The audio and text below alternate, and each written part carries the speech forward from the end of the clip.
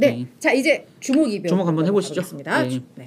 예. 오늘은 저는 뭐 유명한 업체는 아닌데 조금 재밌는 이슈들이 있어서 좀 소개해드리고, 제가 개인적으로 ESG에 관심이 굉장히 많거든요. 그래서 ESG 이제 관련된 그러니까 흔히 이제 이 시장에서 월가 대표적인 ESG 퓨어 플레이어, 그러니까 순수한 ESG 테마로 움직일 수 있는 종목을 하나 골라라 하면 이 회사를 늘 골랐거든요. 근데 이 회사를 최근에 공격하는 세력이 있었고 그걸 옹호하는 리포트가 간밤에 나와서 그 히스토리를 제가 재밌게 소개해드리고 투자할지 말지는 각자가 좀 판단의 영역으로 맡기자, 이렇게 좀 설명하겠습니다. 지금 손에 쥐고 있는 거 이거 무슨 곡물 같은 느낌이 들죠. 이게 이제 목조 필렛이라고, 그러니까 한국에서는 필릿이라는 이제 외래어를 필릿이라고 쓰던데 이게 뭐냐면 나무로 만든, 이게 이제 약간 그 뭡니까 연료예요. 그러니까 바이오매스라고 그러는데 바이오 연료입니다. 저걸 이제 막 불러 태우면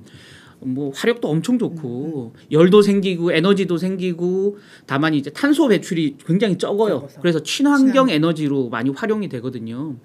근데 이제 문제는 저걸 나무로 만들기 때문에 그러니까 숲을 파괴한다라는 또 우려가 있을 수 있어요. 그에 대한 얘기입니다. 그래서 저 업체는 나무로 만든 목조 필렛을 가지고 열심히 판매를 해서 돈을 버는데 숲을 망치는 거 아니야? 이런 이제 그냥 막연히 생각하면 그런 얘기가 있을 수 있죠. 그래서 이 간밤에 레이몬드 제임스의 파벨 몰카노프라는 애널리스트가 참 억울한 이유로 저평가되어 있는 회사다. 재밌네요. 내가 얼마나 답답하면 리포트를 내서 여기 해명을 하겠니? 내가 회사 기업도 아닌데, 회사 사람도 아닌데. 그러면서 이제 그 엔비바라는 회사예요. 회사 이름이. 그래서 이제 코드 이름은 티커명은 EVA. 그래서 경제적 부가가치인데 이게 EVA는 투자 의견을 시장 수익률 상회도 매수잖아요. 근데 그걸 강력 매수로 올려버렸어요.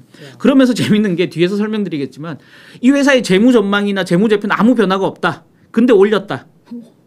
이렇게 얘기했어요. 참 이상하잖아요, 리포트가. 그래서 제가 리포트를 처음에 이제 외신에서 보다가 너무 황당해서 이걸 계속 읽어보다가 이걸 기사로 써놔라 하다가 간밤에 썼거든요. 목표 주가는 $80 유지했습니다. 종가가 이제 간밤에 주가가 많이 뛰었어요. 이 리포트가 나오면서 6% 넘게 뛰었습니다. 그러면서 종가가 $55.9니까 지금 이거 올랐어도 43% 정도 더 뛸 수 있다라고 보고 있는 겁니다. 그래서 핵심 포인트는 시장의 오해 때문에 기업 가치가 아주 불공평하게 저평가되어 있기 때문에 주식을 사라, 강력 매수하라라는 겁니다. 자, 이게 숲이 무너지고 있는 지금 나무들이 쓰러져 있는 거 보시죠. 최근에 지난 12일이었습니다. 공매도 투자자의 공격에 이 회사 엔비바가 무너진 날이 있었습니다. 블루 오르카 캐피탈이라고요. 이 CEO 사진 보니까 한 20, 30대 같아요. 엄청 젊은 청년이더라고요. 얘가 이제 이 친구가 12일 날 보고서를 내고 공매도 하겠다라는 경고를 했어요. 주가가 이날 엔비바가 12% 폭락했거든요. 그 이유는 뭐냐? 이렇게 이제 보고서 내용이, 보고서도 긴 보고서가 아니고요. 애널리스트처럼 자기들이 공매도하는 이유를 정당하기 위한 아주 간략한 보고서인데 그 내용이 이겁니다. 자, 엔비바가 목재를 조달하고 있는데 이 목재를 조달해야 필렛을 만들잖아요. 필렛을. 이 목재 조달하는 그 내역을 보면 아주 노골적으로 그린워싱을 하고 있다. 그린워싱은 뭐냐면 환경 친화 기업인 것처럼 해서 자금을 조달해서 뒤에 환경하고 관련 없는 데 쓰는 걸 약간 사기 행각이죠. ESG 사기 행각을 우리 그린워싱이라고 하는데 그린워싱을 하고 있다라고 공격을 한 거예요. 이렇게 노골적으로 비판하는 게 진짜 드물죠. 그러면서 자기들은 순수한 ESG 기업이라고 계속 홍보하지만 모두 넌센스다. 그리고 유럽 전력 회사, 주로 이제 엔비바가 공급하는 필렛을 공급하는 업체들이 유럽 회사들이거든요. 미국 회사는 지금 계약하는 업체가 한 군데뿐이에요. 미국 회사인데 미국 업체들이랑 계약 없이 거의 해외로 다 수출하고 있어요. 유럽 전력 회사들을 위해서 전력회사 이걸 판매하면 기후 보조금을 유럽 정부에서 받잖아요. 이 보조금을 따먹기 위해서 미국 숲을 파괴하고 있어, 이놈들은. 근데 남들도 저렇게 오해할 수 있겠다. 그렇죠. 미국 숲에서 난 걸 가지고 재료를 만들어서 유럽에 하니까. 팔고 거기서 보조금을 받아먹는 나쁜 놈들이다. 그래서 회사 에비타도 부풀려져 있다. 결국 배당을 에비타가 줄어들어서 배당을 줄일 수밖에 없을 거고 특히나 이제 레버리지가 너무 많다. 미국 내에 시설 투자를 많이 하다 보니까 부채를 통해서 회사를 막 키우다 보니까 위험한 레버리지로 펀딩을 많이 해서 앞으로 수익성이 악화되면 현금이 고갈돼 버릴 거다. 우린 공매도 할 거다. 이걸 보고 누가 주식을 안 팔겠어요. 12% 폭락을 해버렸어요. 12일 날. 그랬던 그날 엠비바라는 회사에서 얘기했습니다. 그러니까 해명 자료로 낸 거예요. 근데 길게 내지도 않고 짧게 냈습니다. 이 보고서 블루 오르카 캐피탈의 보고서는 수많은 오류가 포함되어 있다. 확인되지도 않은 추측과 심각한 오해로 거짓 결론을 도출했다. 더 이상 우린 얘기하지 않겠다. 이렇게 얘기한 거예요. 그 다음 날부터 주가는 좀 안정을 찾았죠. 근데 이걸 하고 나니까 볼카노프 애널리스트, 레이몬드 제임스 애널리스트가 야 우리가 해명할게. 답답해. 이거 되게 재밌다. 뭔가. 그러면서 이 사람이 내가 16년간 이 기업 분석하면서 ESG에 대한 이런 무지막지한 오해 때문에 투자 의견을 올린 건 역사상 처음이다. 아무 재무 조건에 아무 영향 변화가 없는데도 투자 의견을 올린 건 처음이다.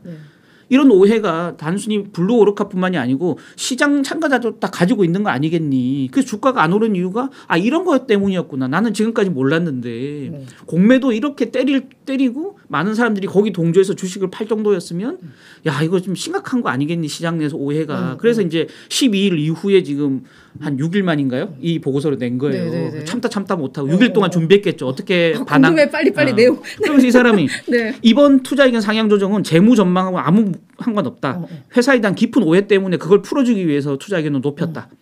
바이오 에너지는 발전에 쓰이는 석탄을 줄여주는 친환경 대체품이다라는 거고요. 목조 펠렛은 그걸 제조하는 나무는 얘들이 숲에서 채취하는 게 아니고 미리 일정 부분 공간을 사서 그 제조용 나무만 특별히 심어서 그걸 수확해서 그대로 제조하는 거다. 이것도 그렇구나. 모르면서 왜 보고서를 이렇게 냈니 니들은 라고 한 거예요. 무자비한 산림 파괴는 하나도 없다. 특히나 최근에는 산불이 미국에 많이 발생하잖아요. 그 피해를 본 나무를 가지고 재활용해서 만들고 있는데 뭔 헛소리 하고 있어. 감동적인 기업을 세상에 쓰레기를 만들었네. 그러니까 이 사람이 10년 만에 처음으로 회사는 여건은 그대로인데 투자 의견을 높인 거예요. 그러니까 공매도 때문에 주가 빠진 게 너무 안타까웠던 거야. 위에 사진은 뭐냐면 제가 아침에 우리나라 산림청 홈페이지 들어갔어요. 우리나라도 이걸 많이 써요. 목조 펠릿을. 그래서 산림청 홈페이지 들어갔더니 이게 친환경 효과가 있다라고 이 그림을 올린 거예요. 제가 그걸 따온 겁니다. 자, 탄소 중립 어떻게 기여하는지 보십시오.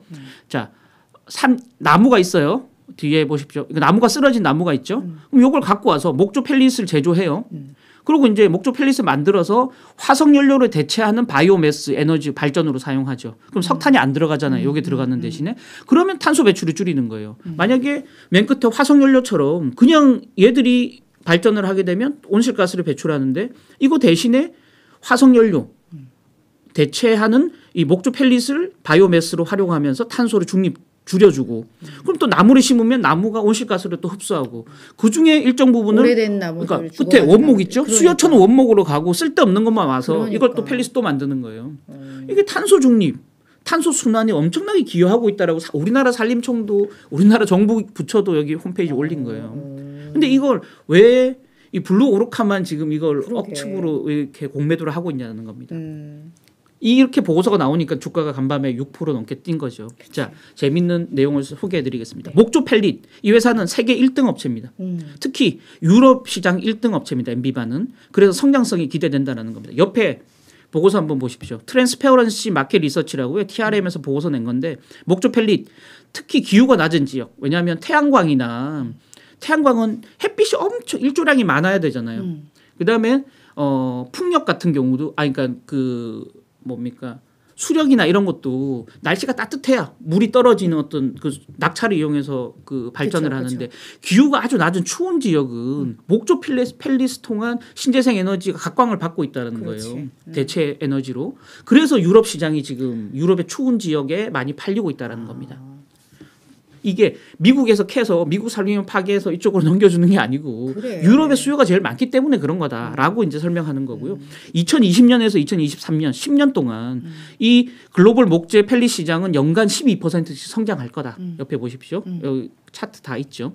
그리고 2030년이 되면 글로벌 시장 규모가 310억 달러까지 성장할 거다. 한 40조가 넘는 시장까지 성장할 거다라는 거고 최근에는 이제 발전 부분만 그동안 있었는데 최근에는 주거용, 상업용 시설에도 이 난방용으로 이게 펠릿이 활용되고 있다는 겁니다. 그래서 수요처는 더 늘어나고 있다.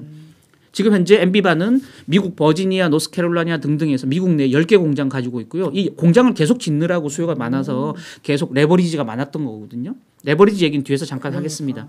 주로 영국, EU, 일본 등등하고 장기 공급 계약을 하기 때문에 가격 변동에 따른 리스크가 별로 없다라는 장점이 있고요. 안정적 고객 수요를 확보할 수 있다는 장점이 있습니다.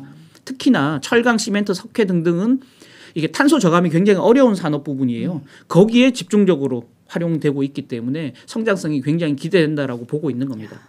다만 리스크는 있다. 아까 말씀대로 최근에 너무 많은 시설 투자를 하다 보니까 시장 금리 상승에 따른 부담감이 너무 크다. 맞아요. 옆에 한번 보십시오. 맨 위에 장기 부채 계속 위로 조금씩 올라가고 있는 모습 보이죠? 그 맨 아래에 그 이게 선으로 나타낸 게 부채 비율입니다. 부채 비율도 확 올랐다가 한 분기 꺾였다가 다시 또 올라가고 있는 양상을 보이고 있다. 그래서 블루오르카 캐피탈이 지적했던 레버리지 문제 여전히 있다. 그거 인정해야 된다는 거죠. 볼카노프 애널리스트 역시 시장 금리 상승에 따른 부담감은 상존한다라고 얘기했고 그거는 투자할 때 감안하시라라고 얘기했고요. 네.